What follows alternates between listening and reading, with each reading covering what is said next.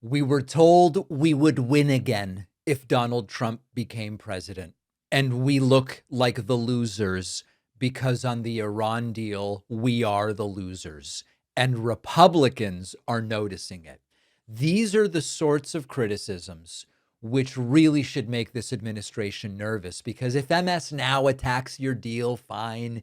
If Cory Booker attacks your deal, well, you would expect that.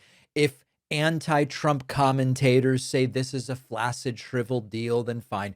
But we have former Republican Congressman Trey Gowdy on Fox News going, what exactly did we get here? If Iran lost, why do they get so much stuff? They're asking to wait a second and evaluate this thing. Just so people know, these videos have not been vertically compressed. This is the natural appearance of Trey Gowdy. I'm not saying anything about it one way or the other. Maybe you like the way he looks, maybe he doesn't. But I know when he comes on screen, sometimes people write in, they go, David, you're messing with that video. You're compressing it to make his face seem narrow. We are not. Okay, let's take a listen to what Trey Gowdy had to say. The fact that the money would come from the Qataris or from Saudi Arabia and not us is still going to be used for weapons, and I'm pretty sure that the lifting of economic sanctions takes place immediately, and I'm pretty sure that the removal of the blockade takes place immediately. So look, Iran is a richer country as a result of this MOU.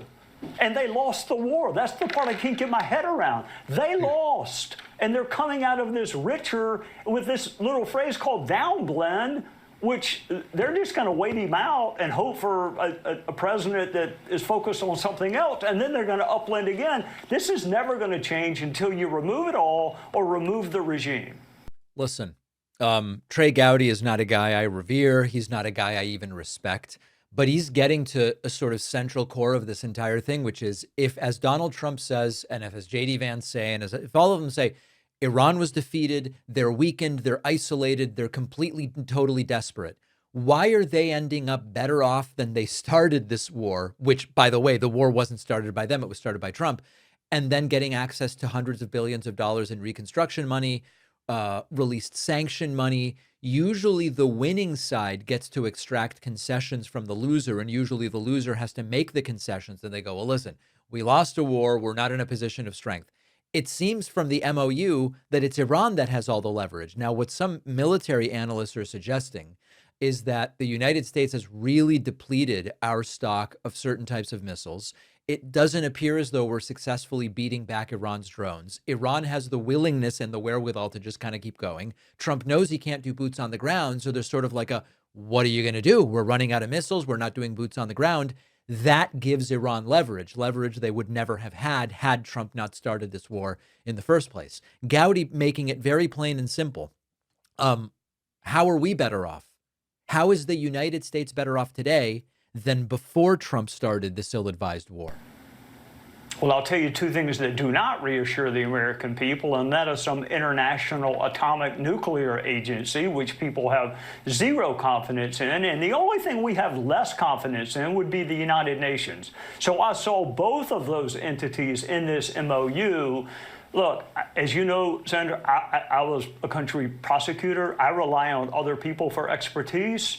I've heard from the president. I have tremendous respect for him. I'd like to hear from Marco Rubio, and I'd really like to hear from John Lee Ratcliffe on the intelligence of whether or not Iran thinks they got the better of us. Because I guarantee we got the best intelligence community in the world. I'd be really interested in what their reaction to this MOU is. It might be, I can't believe we got this, because we were losing. I mean, we had them, Sandra. We had an economic stranglehold on that country. So you go back to the status quo ante before the blockade, how are we better off?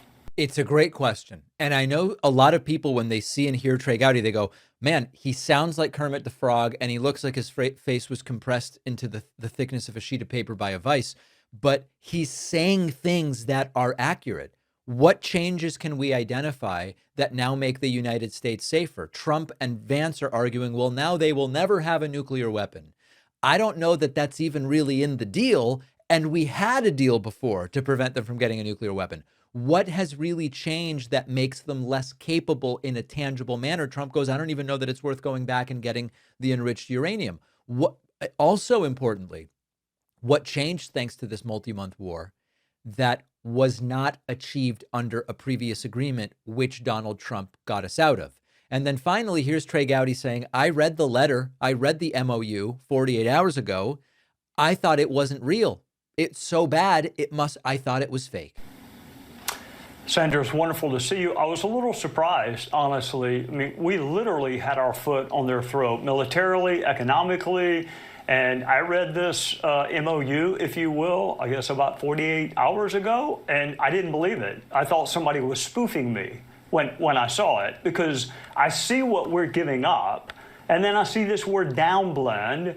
And I'm not the smartest guy in the world, Sandra, but if you can downblend, then you can upblend.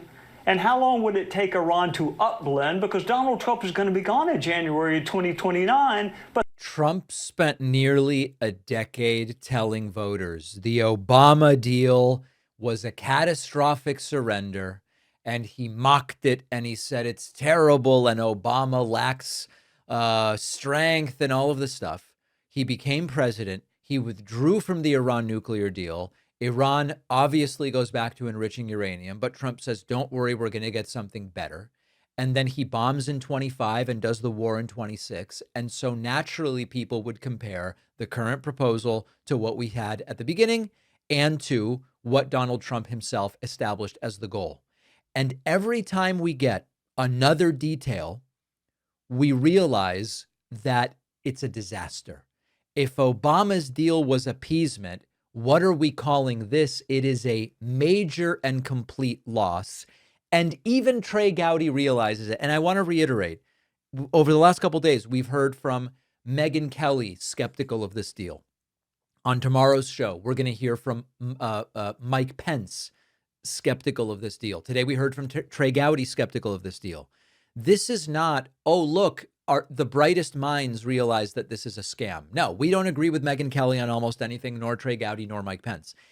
This is so bad that even the allies of the president realize they can't pretend that this is good. If Megyn Kelly or Trey Gowdy or Mike Pence were to go, this is phenomenal, the United States is now safer thanks to this deal, nobody's going to believe that, because the deal is surrender signed at Versailles, which is a detail that we'll get back to. They know that they can't defend this thing because it is completely indefensible. Thanks for watching. Check out this other video. And if you like our content, make sure to subscribe so YouTube puts our videos in your feed, and subscribe to the podcast on Spotify and Apple.